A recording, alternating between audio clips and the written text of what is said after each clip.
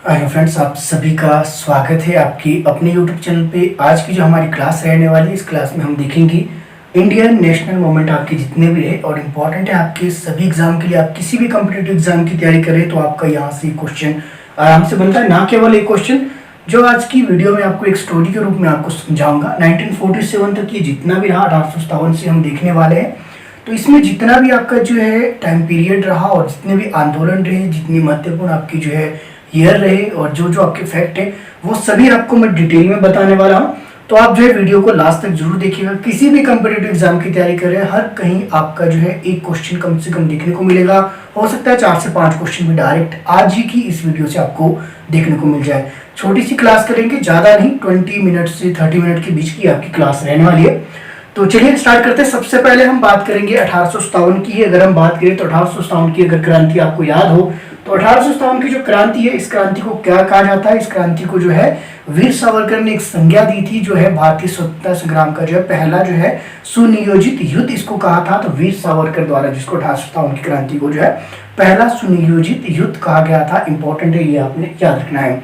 तो 1857 की क्रांति है, उसका जो है अगर बात की जाए आधिकारिक तौर पर जो शुरुआत हुई थी वो हुई थी आपके 10 मई को। तो 10 मई 1857 को आधिकारिक तौर पे जो है मेरठ से जो 1857 की क्रांति की आपकी शुरुआत मानी जाती है। लेकिन जो इसकी शुरुआत पहले ही हो गई थी। अगर आपको याद हो 29 मार्च 1857 की ही बात हम कर रहे हैं। 29 मार्च को एक जो है मंगल पांडे एक सैनिक था, जो कि आपके बैरकपुर छावनी का जो है सिपाही था, और जो उसकी बटालियन का नाम है, अगर वो याद रखना चाहो तो याद रख लीजिएगा। मंगल पांडे जो है जिसने शुरुआत की आपके 1857 की क्रांति की। हालांकि औपचारिक तौर पे जो है 10 मई से देखने को मिली, लेकिन अनौपचारिक तौर पे जो 29 मार्च को जो उसने बैरकपुर छावनी में उसने विद्रोह कर दिया था, वो 34वीं नेटिव इन्फेंट्री। इंपॉर्टेंट है आपके पास 34वीं नेटिव इन्फेंट्री का जो आपका है वो सिपाही था। तो ये आपका इंपॉर्टेंट इतना सा है कि आपका मंगल पांडे है किस आपकी जो है बटालियन का था। तो 34वीं नेटिव इन्फेंट्री का वो सिपाही था और बैरकपुर छावनी से उसका संबंध था। उसने पहली बार जो है विद्रोह किया था। विद्रोह किसके विरुद्ध किया था? अंग्रेजों के विरुद्ध। कारण क्या रहे इसके विद्रोह के? तो कारण थे आपके जो आपके उस समय जो एक राइफल थी, उस राइफल का नाम आपसे पूछा जा सकता है, तो रॉयल इनफील्ड। रॉयल इनफील्ड जो आपकी राइफल थी, इस राइफल का जो है विद्रोह कर लिया उसने, जो है विरोध किया। विरोध क्यों किया? क्योंकि ऐसा जो माना जा रहा था कि उसको जो है भरने से पहले, उसको फिल करने से पहले जो उसको मुंह से आपके जो छीलना पड़ता था और उस पर लगा था गाय और सुअर की चर्बी या फिर मांस लगा था, जिस कारण जो हिंदू और जो मुस्लिम आपके सैनिक थे उनमें जो विद्रोह उनकी भावना उत्पन्न हुई। और इसका कारण ये बना कि मंगल पांडे ने जो है अपने जो है सैनिकों, अपने जो आपके अधिकारी थे उच्च अधिकारी को उसने मार दिया। तो यहाँ से आपके 1857 की क्रांति का विद्रोह देखने को मिलता है। उसके बाद जो 10 मई से इसकी जो है आपकी आधिकारिक तौर पर जो इसकी शुरुआत मानी जाती है। और जहां जहां भी ये आपका विद्रोह आपका औपचारिक तौर पर शुरू हुआ, वहीं पे क्या है कि वहां के जितने भी आपके जो सैनिक थे उन्होंने अपने अधिकारियों को मारना शुरू कर दिया। इसके अलावा 1857 की क्रांति से और आपका एक दो फैक्ट आपका ये देखने को मिलता है कि 1857 की क्रांति में किस जगह में किस किसने विद्रोह किया।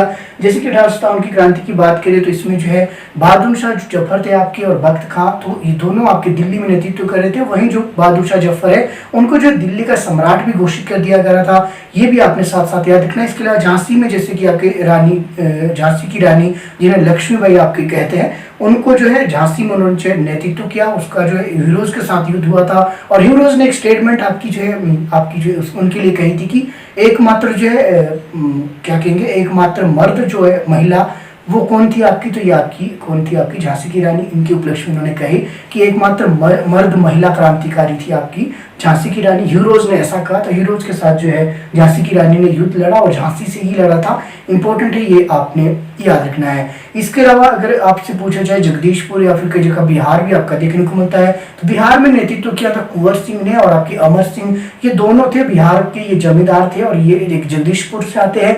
अगर आपसे जगदीशपुर पूछा था तो कुंवर सिंह आपके पास ऑप्शन दिया होगा। अगर आपके पास जगदीशपुर ना देकर बिहार दे तो बिहार के साथ आपको ऑप्शन दिखने को मिलेगा अमर सिंह। तो ये दोनों फैक्ट आपको याद रखने हैं।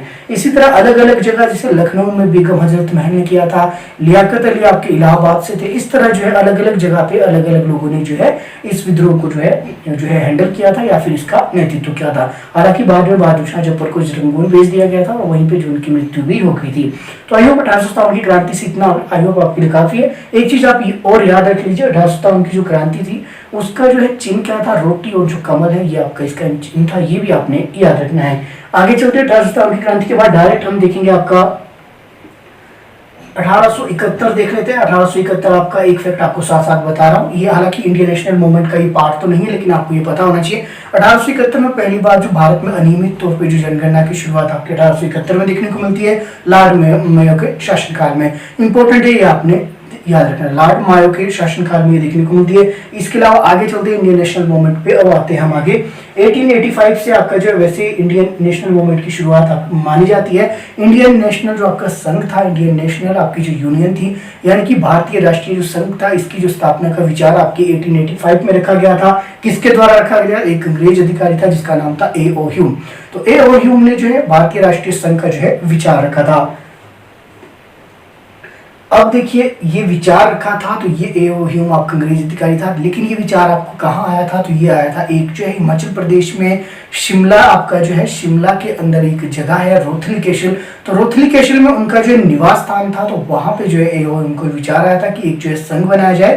पहले ये इंडियन नेशनल कांग्रेस नहीं थी, पहले ये इंडियन नेशनल जो है यूनियन थी। ये आपने फैक्ट साथ साथ याद रखना है। अब देखिए इसके बाद क्या होता है, इसके बाद होता है कि आपका जो ये प्रतिनिधि इनके जो है इसमें 72 आपके जो टोटल प्रतिनिधि थे। पहली बार जिसका जो है गठन करने की बात की गई, या पहले जो आपका जो है सम्मेलन किया गया 1885 में, इसका जो है इंडियन नेशनल संघ का, जो इसमें 72 प्रतिनिधि आपके पहले इसमें जो शामिल होते, और जितने भी प्रतिनिधि थे और मैक्सिमम आपके व्यापारिक वर्ग के और वकील वर्ग के जो है लोग देखने को, आम जनता इसमें आपकी नहीं इंक्लूड थी।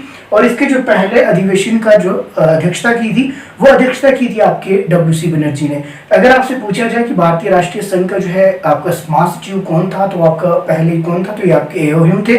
इसके बाद जो इसके पहले अध्यक्ष कौन थे? W.C. बनर्जी के। दोनों अलग अलग फैक्ट है। इसका जो पहला अधिवेशन है बम्बई के गोकुलदास तेजपाल संस्कृत कॉलेज में आपके किया गया। ये फैक्ट आपने साथ साथ इंपॉर्टेंट है, याद रखने हैं। टोटल आपके 72 प्रतिनिधि इसमें शामिल किए गए थे, और इसका काम क्या था कि जो लोगों की जो नीतियां हैं, उनके जो प्रस्ताव है, उनकी जो मांगे हैं, उनके और सरकार के बीच में समन्वय स्थापित करना, ये इसका काम था। पहले इसकी बात की गई, लेकिन बाद में क्या होता है, बाद में इसको जो है आपका देखने को मिलता है, बाद में जो है इसको इंडियन नेशनल जो है कांग्रेस का नाम इसमें बाद में दिया गया। सेफ्टी वोट की इसमें धारणा दी गई थी लाला लाजपत राय द्वारा। ये फैक्ट आपके बाद में है, लेकिन इससे पहले आपको एक चीज और मैं बताना चाहता हूँ, वो मैंने अभी तब नहीं बताई, क्योंकि मुझे ये बताना था कि आपके जो है भारतीय राष्ट्रीय कांग्रेस का पूर्वगामी जो संस्था है वो किसे कहा जाता है। तो इंडियन एसोसिएशन एक जो है, इंडियन एसोसिएशन की स्थापना की गई थी 1876 में, देखने को मिलता है। इंडियन एसोसिएशन की जो स्थापना है 1876 में की गई थी, और जो है इस स्थापना का जो है उद्देश्य था, कौन कौन थे इसके पहले स्थापना की बात करते हैं। इसके जो है सदस्य कौन कौन थे? W.C. बनर्जी थे, तभी आपके जो यहाँ पे भी देखने को मिले ये पहले अध्यक्ष के तौर पे। और हालांकि महासचिव तो आपके A.O. ह्यूम थे, लेकिन अध्यक्ष आपके W.C. बनर्जी थे। 1876 में जो एक संस्था थी इंडियन एसोसिएशन, इसकी जो स्थापना होती है 1876 में। आपकी जो है W.C. बनर्जी और इसमें मोहन सिंह थे, शायद में भी क्रॉस चेक कर लीजिएगा एक बार। तो इसने जो है इसे कहा जाता है कांग्रेस की पूर्वगामी जो संस्था के रूप में भी इसको जाना जाता है। अब देखिए इसमें दो फैक्ट आपने याद रखने, एक है आपके पास इंडियन एसोसिएशन, ये अलग है। एक संस्था थी आपकी ईस्ट इंडिया एसोसिएशन, ये आपका अलग फैक्ट है, वो आपकी थी 1866 वाली। साथ साथ आपको बता देता हूँ, हो सकता है आप इसमें जो कंफ्यूज हो जाए एग्जाम के समय, अगर ऑप्शन दोनों देखने को मिलते, पूर्वगामी संस्था कौन थी? ईस्ट इंडिया एसोसिएशन और इंडियन एसोसिएशन। तो इंडियन एसोसिएशन 1876 वाली, इसको कहा जाता है कांग्रेस की पूर्वगामी संस्था। अब 1866 का भी जब मैंने बात कर ली, थोड़ा सा आपको बता दूं, हालांकि मैंने बताना नहीं था, ये काफी लेंथी हो जाएगा इस हिसाब से, मुझे लगता है ये कवर नहीं होगा।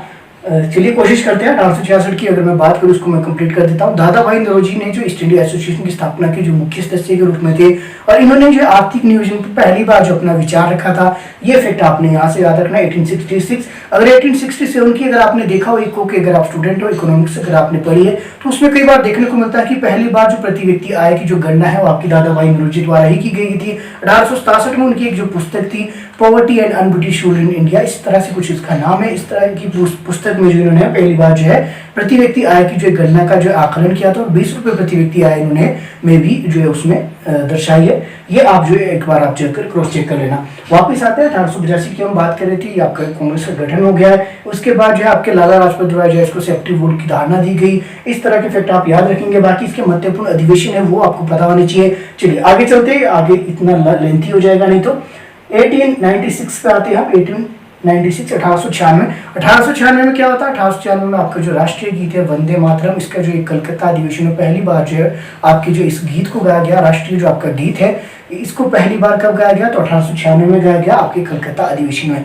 आगे चलते हैं, आगे हम बात करेंगे। अच्छा, इसको एक बार और याद रखिए, वंदे मातरम जो आपका है राष्ट्रीय गीत है, इसको आपके किसने लिखा है? तो इसको आपने लिखा है बंकिम चंद्र चटर्जी द्वारा इसको लिखा गया है। और ये कहाँ से लिया गया है? आपके आनंद मठ से। तो उनका एक उपन्यास था आनंद मठ, और जिसमें जी उस उपन्यास में उन्होंने क्या किया था? उन्होंने एक जो है सन्यासी विद्रोह हुआ था आपका, अगर आपको डिटेल में पढ़ने का मौका मिले एक बार जाके देखिएगा, सन्यासी जो विद्रोह हुआ था उसकी जो है आलोचना भी उन्होंने उस उपन्यास में की थी। और यही उपन्यास बाद में इसमें से आपका जो देखने को मिलता है वंदे मातरम, जो कि आपका भारतीय राष्ट्रीय गीत है 8% की अगर बात करें, बंकिम चंद्र चटर्जी के उपन्यास आनंद मठ से इसको जो है लिया गया है। आगे चलते हैं, काफी लेंथी हो जाएगा इस हिसाब से, आगे चलेंगे, आगे देखेंगे। हम डायरेक्ट आ जाते हैं 1904 पे आते हैं। पहले 1904 से रिलेटेड एक फैक्ट आपको बताता हूँ। भारतीय विश्वविद्यालय जो अधिनियम है 1904 आपका जो है ये आपका इंपॉर्टेंट, इसको आप जाकर पढ़ लेना। ज्यादा डिटेल में नहीं बता रहा हूँ, क्योंकि जो मुझे ये 1947 तक ये कंप्लीट करना है, कम से कम समय में, ऐसा ना हो कि मैं आपका पढ़ाता रहूँ और बीच में वीडियो खुद ही आपकी जो बंद हो जाए, क्योंकि इसमें स्पेस आपका जो है उतना अवेलेबल नहीं है कि पूरी 1-2 घंटे की क्लास आपकी की जाए। तो 1905 की बात करेंगे। 1905 में 2-3 आपकी घटनाएं देखने को मिली। पहला तो क्या था आपका? पहला था, अच्छा एक और बात आपको मुझे याद आ रही है 1885 से, कि 1885 में जब कांग्रेस का जो गठन किया गया उसमें जो है लॉर्ड डफरिन जो आपके उस समय इंपॉर्टेंट है, ये आपके थी। तो वो लॉर्ड डफरिन आपके उस समय जो है वॉइस रहे थे, ये आपने ध्यान रखना। किस वॉइस रहे के शासनकाल में कांग्रेस को जो अस्तित्व में आई थी? तो ये आपके लॉर्ड डफरिन के शासनकाल में। इतना फैक्ट आपने याद रखना। बाकी कौन वॉइस रहे था, कौन आपका जो भारत का गवर्नर जनरल था, कौन बंगाल का था, कौन बंगाल का पहला गवर्नर जनरल था, ये वीडियो मैंने अलग से बनाई है, हिस्ट्री का एक अलग से फोल्डर बनाया है, प्लेलिस्ट में जाकर वहां पे देख लेना। एक क्वेश्चन आपका गवर्नर जनरल से रिलेटेड देखने को मिलेगा, वॉइसरॉय से रिलेटेड। तो ये फैक्ट मैंने आपको पहले ही वहां बताया कि कैसे आप पहचानेंगे कि कौन आपका वॉइसरॉय था, कौन आपका गवर्नर जनरल था, कौन आपका भारत का पहला था, कौन अंतिम था। इस तरह के फैक्ट उस वीडियो में आपको क्लियर हो जाएंगे, एक बार जाकर जरूर देखना। 1905 की बात करते हैं। 1905 में 2-3 घटनाएं घटी आपकी। एक तो सबसे पहले तो बंगाल का विभाजन हुआ था। किसने किया था? लॉर्ड कर्जन ने। तो लॉर्ड कर्जन के समय बंगाल का विभाजन देखने को मिलता है।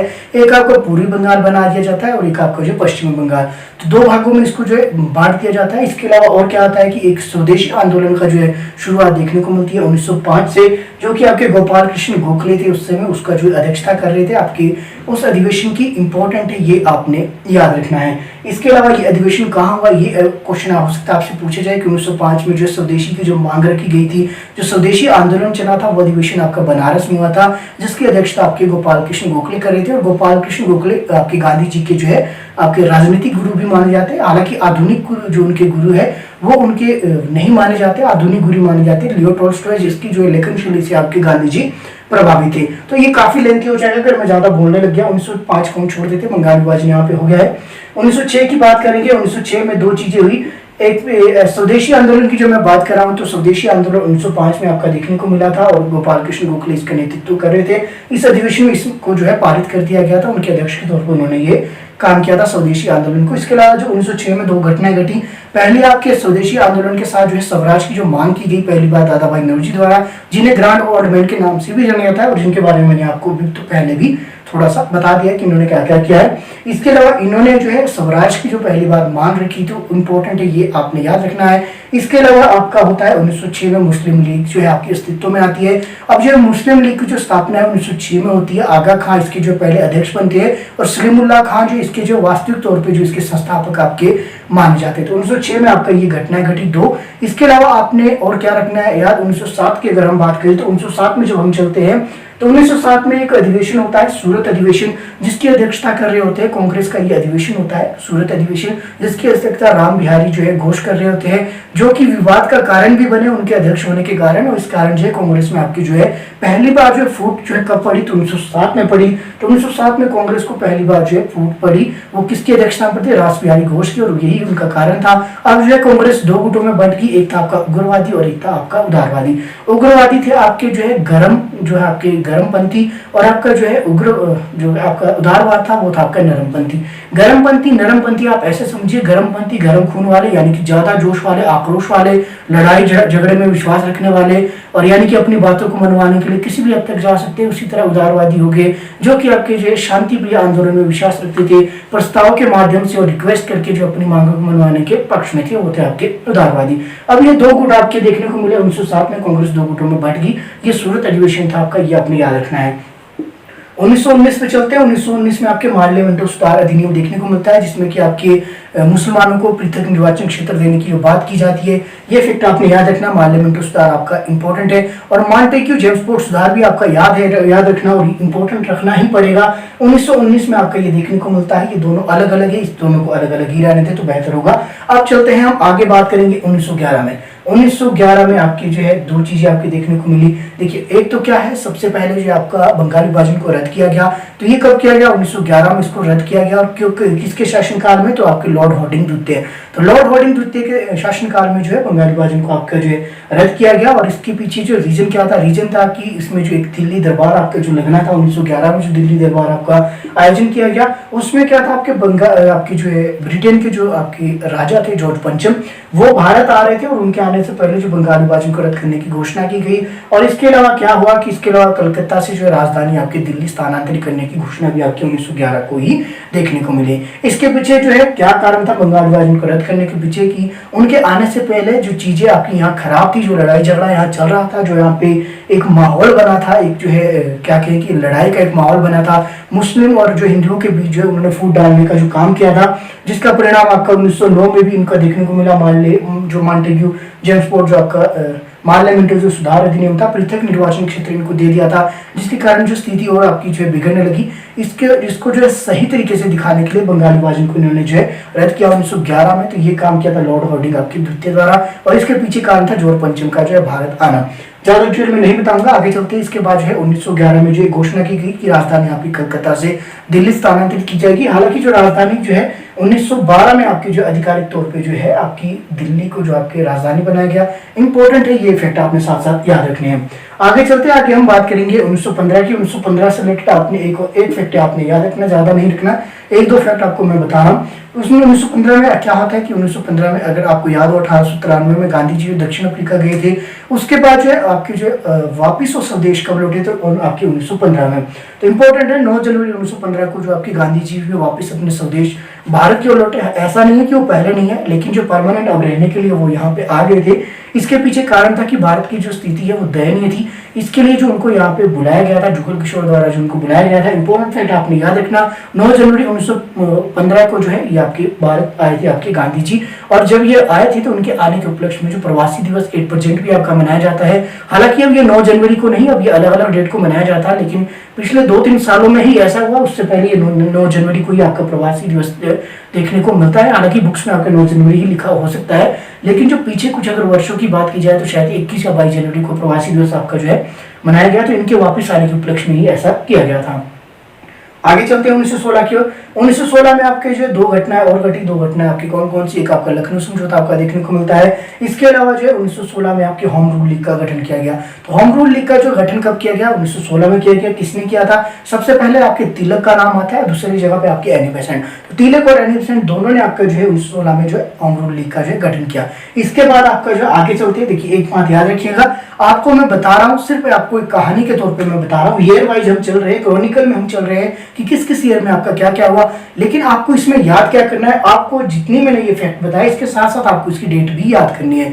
सिर्फ ईयर याद करने से कुछ भी नहीं होगा। अभी मैं आपको ईयर ही ईयर लिख रहा हूँ, अगर मैं आपके यहाँ डेट लिखने लग जाऊं तो ये वीडियो काफी लंबी हो जाएगी। तो मेरा कॉन्सेप्ट है कि आपको सिर्फ बताना।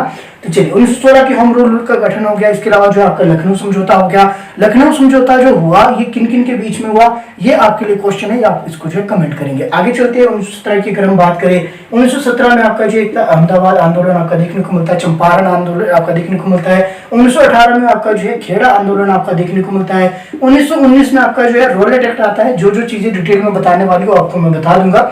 देखिए 1919 का जो ये रॉलेट एक्ट है ये इंपॉर्टेंट है आपके पास बताना, क्योंकि रॉलेट एक्ट से आपके जो है ये आप ज्यादातर स्टूडेंट को ये समझ नहीं आता। रॉलेट एक्ट और जलियांवाला बाग ये दोनों एक ही है, ये एक ही दोनों की कड़ी इनकी भी जुड़ी हुई है। कैसे है वो मैं आपको समझाता हूँ। 1919 में जो एक एक्ट आता है रॉलेट एक्ट, अब ये कैसा एक्ट था, इसको जो काला कानून भी कहा जाता था। काला कानून इसे क्यों कहा जाता था, इसके पीछे रीजन क्या था, देखिए ध्यान से समझिएगा। इसके पीछे रीजन था कि इस एक्ट के अंतर्गत जो है किसी भी भारतीय को संदेह के आधार पे जो है गिरफ्तार किया जा सकता है। ना केवल उसे गिरफ्तार किया जाएगा बल्कि जो है उसे ना तो वकील का, ना दलील का और ना ही किसी तरह की अपील का जो है अधिकार होगा। इस तरह का ये एक्ट था जिसे कहा जाता था आपकी काला कानून। और इसके विद्रोह में क्या होता है कि इसके विद्रोह में जगह जगह जो आयोजन किए जाते हैं और जगह जगह सभाएं बुलाई जाती है। और ऐसी ही सभा एक बुलाई गई थी आपके 1919 की ही बात है, जलियांवाला बाग में। आपके अगर आपको अमृतसर में एक जगह है जलियांवाला, तो जलियांवाला बाग में ऐसी ही एक जो है सभा का आयोजन किया गया था। और इस सभा में क्या किया गया था, इस सभा में जो है इसका जो विरोध किया गया था रॉलेट एक्ट का। ये रॉलेट एक्ट क्या है, एक इस कानून है, काला कानून है, इसको वापस लिया जाए, अंग्रेजों के विरुद्ध ये किया गया था। देश भर में इस तरह की आपकी सभाएं की जा रही थी और वही सभा एक हिस्सा था आपके अमृतसर की जो आपकी सभा की गई थी। उसमें जो आपके लोकप्रिय जो नेता थे वो आपके जो है गिरफ्तार किए गए थे रॉलेट एक्ट के विरोध में पंजाब के, जो कि आपके सैफुद्दीन किचलू इंपॉर्टेंट है, ये आपने याद रखना। और सतपाल सत्ती, ये दो आरोपी जो आपके गिरफ्तार किए गए थे रॉलेट एक्ट के विरोध में। आरोपी उनके हिसाब से थे, अंग्रेजों के हिसाब से, लेकिन वहां के जो विद्रोह के ये नेता थे।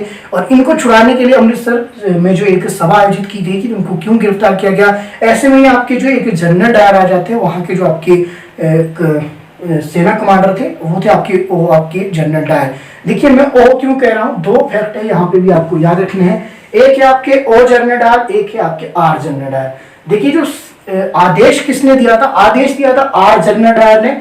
आई होप आपने ये इतना डीपली नहीं पढ़ा होगा, इसको छोड़ दीजिए आप, बस आपने इतना याद रखना कि और आपके जनरल डायर वहां पे पहुंच जाते और निहत्थे लोगों पर जो है वो उनको जो आक्रोशित करने के लिए, उनमें जो है डर का माहौल पैदा करने के लिए निहत्थे लोगों पे जो गोलियां चला रहे थे, जो कि आपके जलियांवाला बाग हत्याकांड का भी कारण बना। जलियांवाला बाग हत्याकांड कब हुआ, आपके 1919 में हुआ। इसके पीछे आपका कारण था आपका रॉलेट। आई होप आपको ये बात समझ आ गई होगी।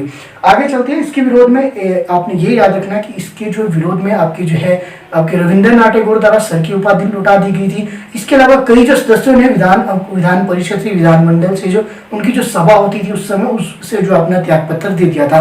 लेकिन जो गांधी जी ने अपनी केसर हिंद की उपाधि नहीं दी थी। केसर हिंद की जो उपाधि है गांधी जी को कब दी गई, तो ये आपके 1915 में दी गई।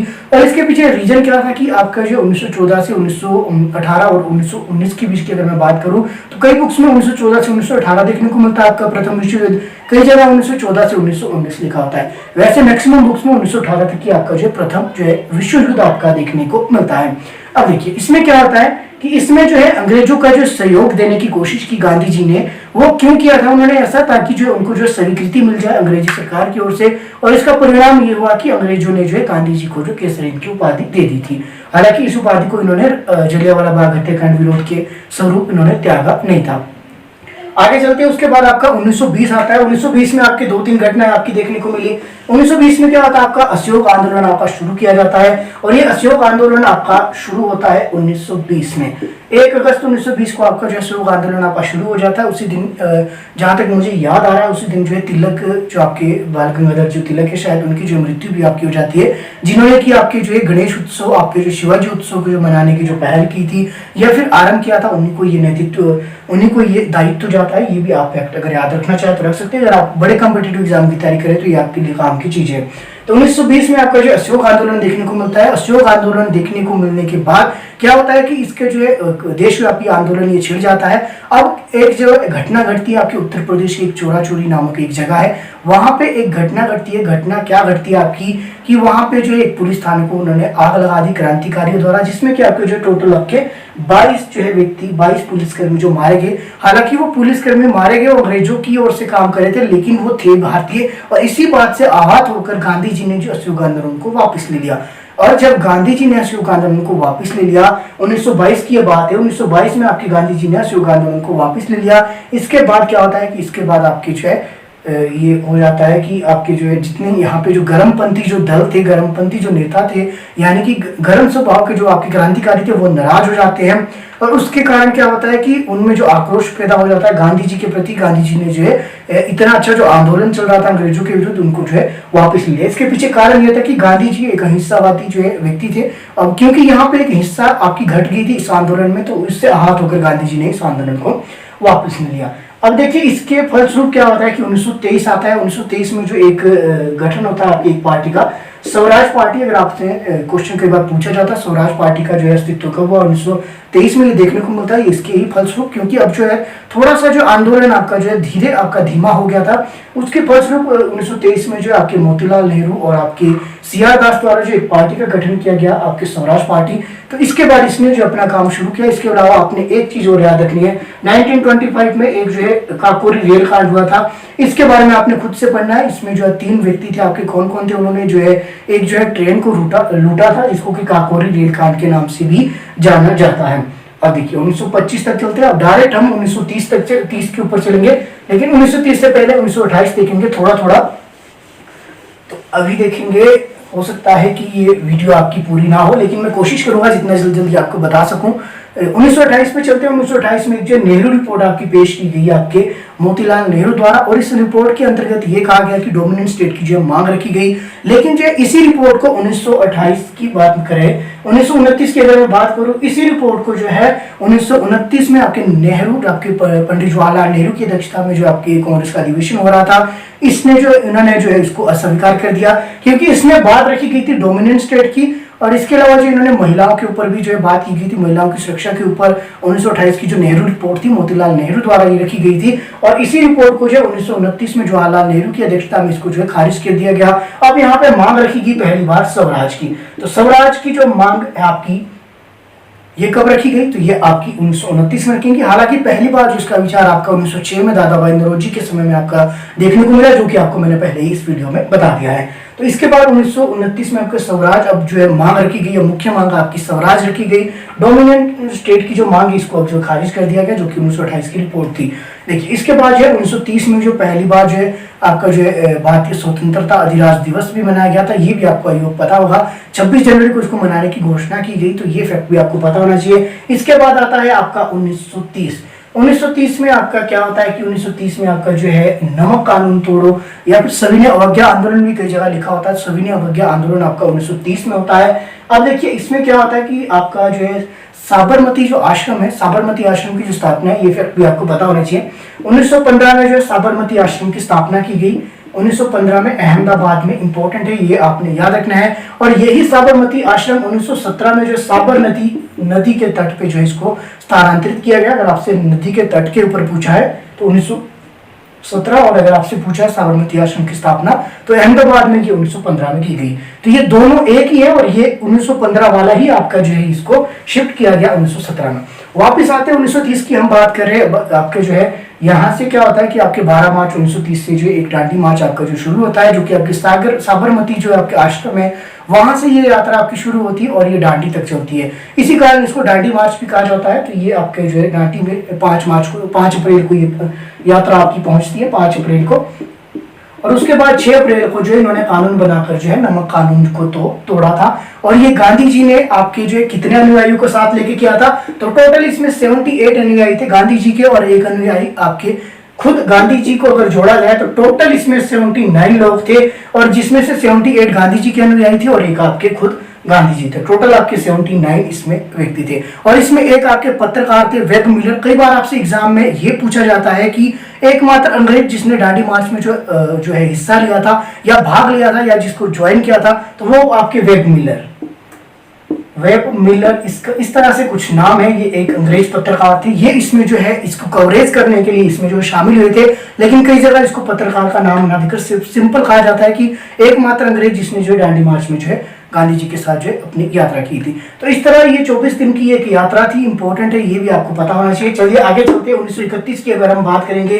देखिए जब ये नमक कानून तोड़ा तो एक जो है आपके जो है इसमें इंपॉर्टेंट क्या हो जाता है, आपके पास एक समझौता अगर आपने सुना हो, गांधी इरविल समझौता आपका कब हुआ, तो ये हुआ था आपके 1932 में। तो गांधी इरविल एक समझौता होता है। इस समझौते का जो है क्या कारण रहा, इस समझौते के क्या जो है परिणाम निकले, इसका परिणाम ये निकला कि जो गांधी जी ने 1930 में नमक कानून को तोड़ा था, गुजरात के तट पे उन्होंने जो ये आपका नमक कानून जो है नमक बनाकर जो इस कानून का जो है उल्लंघन किया था, इसमें जो गांधी जी को मनाने के लिए एक जो है समझौता आयोजित किया गया 5 मार्च 1932 को गांधी और इरविल के बीच में। तो आपके जो इरविल थे उन्होंने जो गांधी जी को मनाने की कोशिश की। इससे पहले जो एक 3 गोलमेज सम्मेलन आपके जो हुए थे लंदन में, पहला, दूसरा और तीसरा। अब देखिए पहला जो गोलमेज सम्मेलन हुआ था वो 1930 में हुआ था, 1930 से ये जनवरी 1931 तक चला था।